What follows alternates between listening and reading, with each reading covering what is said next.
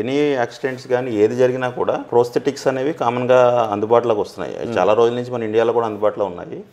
కాకపోతే నేను కొన్ని వేరే కంట్రీస్ నుంచి బాగా తిరిగి ఉండడం వల్ల, టెక్నాలజీ అవగాహన ఉండడం వల్ల, వీడికి యాక్సిడెంట్ అయిన తర్వాత నాకు ఫస్ట్ అందరూ అడిగింది ఏంటంటే, అయ్యయ్యో వాడి జీవితాంతం ఒక మనిషి తోడుంటేనే కానీ వాడి లైఫ్ రన్ అవ్వదని కొంతమంది అనేవారు. కొంతమంది బెడ్లో కదలడని అనేవారు.